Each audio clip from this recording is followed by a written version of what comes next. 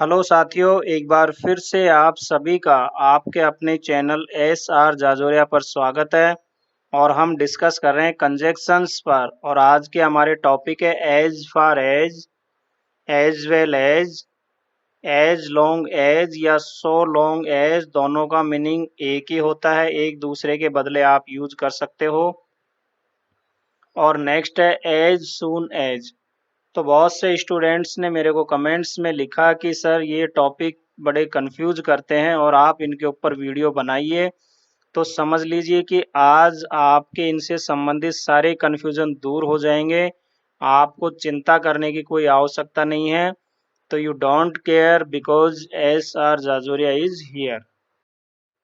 तो सबसे पहले लेते हैं एज फार एज, और हिंदी में इसका अर्थ होता है, मीनिंग है जहां तक या जहां तक की। चलिए एग्जाम्पल लेते हैं, आपको समझ में आ जाएगा। जहां तक मैं जानता हूं वह अच्छा लड़का है। तो जहां तक, एज फार एज, मैं जानता हूं, आई नो, वह अच्छा लड़का है, he is a good boy. देखिए ये हमारे जो कंजक्शंस होते हैं ये दो सेंटेंस को जोड़ते हैं। और एक सेंटेंस के बाद मैंने कॉमा दिया है, फिर दूसरा सेंटेंस लिखा है। कॉमा से तात्पर्य क्या है कि यहाँ सेंटेंस में ठहराव यानी रुकावट होती है, तो ज्यादा बेटर फीलिंग आती है, बोलने में भी अच्छा लगता है कि आपने फर्स्ट सेंटेंस बोला और थोड़ा सा रुकाव लिया और फिर आप दूसरे सेंटेंस की ओर गए। अगर आप चाहे तो यहाँ से कॉमा हटा भी सकते हो, कोई दिक्कत नहीं है। जहां तक मुझे पता है या जहां तक मैं जानता हूं उसकी शादी हो चुकी है। तो as far as I know he is married. अब इज के बाद थर्ड फॉर्म का यूज क्यों किया मैरिड का, इस पे भी मैंने एक वीडियो बना रखा है कि ही हैज गॉन और ही इज गॉन में क्या डिफरेंस है। आप उस वीडियो को देख लीजिए मेरे चैनल पे, और इसका लिंक आपको डिस्क्रिप्शन में भी अवेलेबल हो जाएगा। जहां तक मेरा सवाल है मुझे कोई आपत्ति नहीं है। देखिए इस तरह के सेंटेंस इंग्लिश में तो हम यूज करते ही हैं, लेकिन सामान्यतः आप डेली लाइफ में भी जो है यूज करते हो हिंदी में भी, कि जहां तक मेरा सवाल है मुझे कोई परेशानी नहीं है, मुझे कोई आपत्ति नहीं है। तो आप कैसे बनाओगे, जहां तक के लिए एज फार एज, फिर मेरा सवाल है तो आई एम कंसर्न्ड, मुझे कोई आपत्ति नहीं है, आई हैव नो ऑब्जेक्शन। जहां तक मेरे परिवार का सवाल है, मेरे 4 भाई हैं। तो जहां तक के लिए एज फार एज और मेरे परिवार का सवाल है, my family is concern, I have 4 brothers. जहां तक संभव हो आप रुकोगे। अब देखिए ये सेंटेंस, देखिए कई बार आप ऐसे भी बोलते हो कि जहां तक संभव हो आप ये काम करिए। तो जहां तक के लिए आप एज फार एज का यूज करोगे, संभव के लिए पॉसिबल, फिर यू विल स्टे यानी सेकंड सेंटेंस आप लिख दोगे। जहां तक मैं देख सकता हूं कोई बादल नहीं है, यानी मैंने बहुत दूर दूर तक देख लिया, कोई बादल मुझे दिखाई नहीं दे रहे हैं। तो as far as I can see there is no cloud. Next हम लेते हैं एज वेल एज का। इसके क्या मीनिंग है हिंदी में, साथ ही साथ, के अतिरिक्त, और भी, तथा।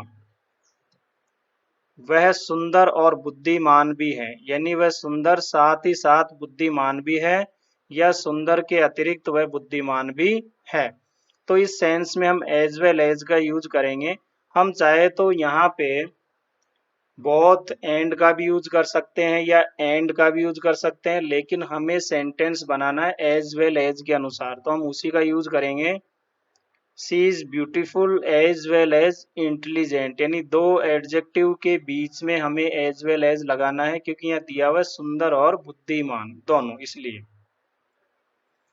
कमल, साथ ही साथ मुस्कान भी अनुपस्थित थी। अब देखिए यहाँ दो सब्जेक्ट अलग अलग है, तो अब आप एज वेल एज का यूज दोनों सब्जेक्ट के बीच में लगाओगे।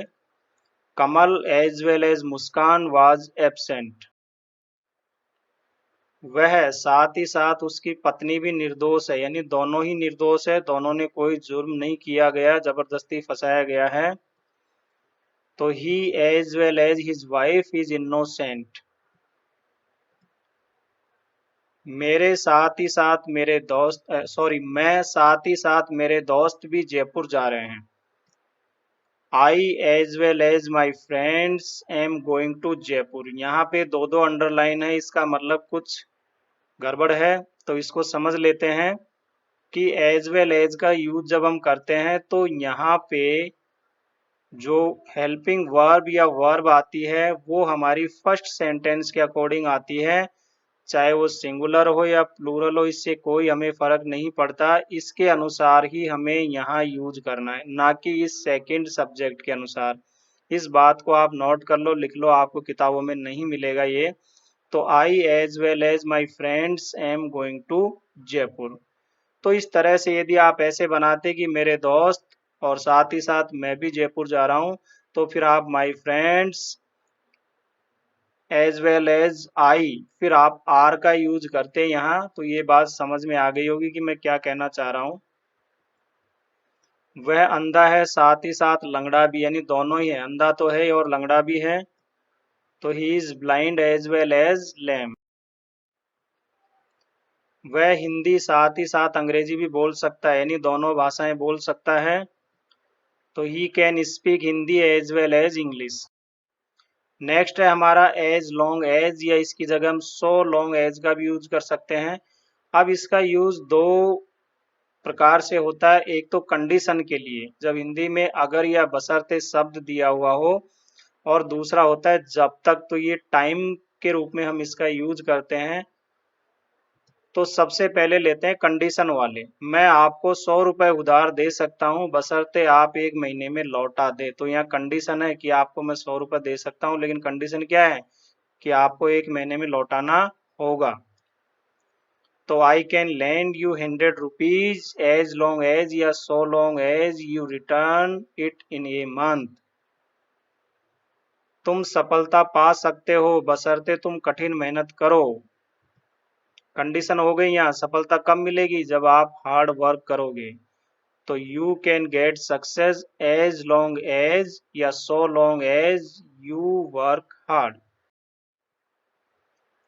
वह मेरी कार ले जा सकता है बशर्ते वह सावधानी से चलाए। तो कई बार होता है ना, आप किसी को अपनी गाड़ी दे देते हो तो उससे कहते हो भैया सावधानी से चलाना, और सावधानी से ले जाना और सावधानी से लाना। तो कंडीशन हो गई कि गाड़ी तो ले जाओ लेकिन ध्यान पूर्वक चलाओ। तो he can take my car as long as, या so long as he drives carefully.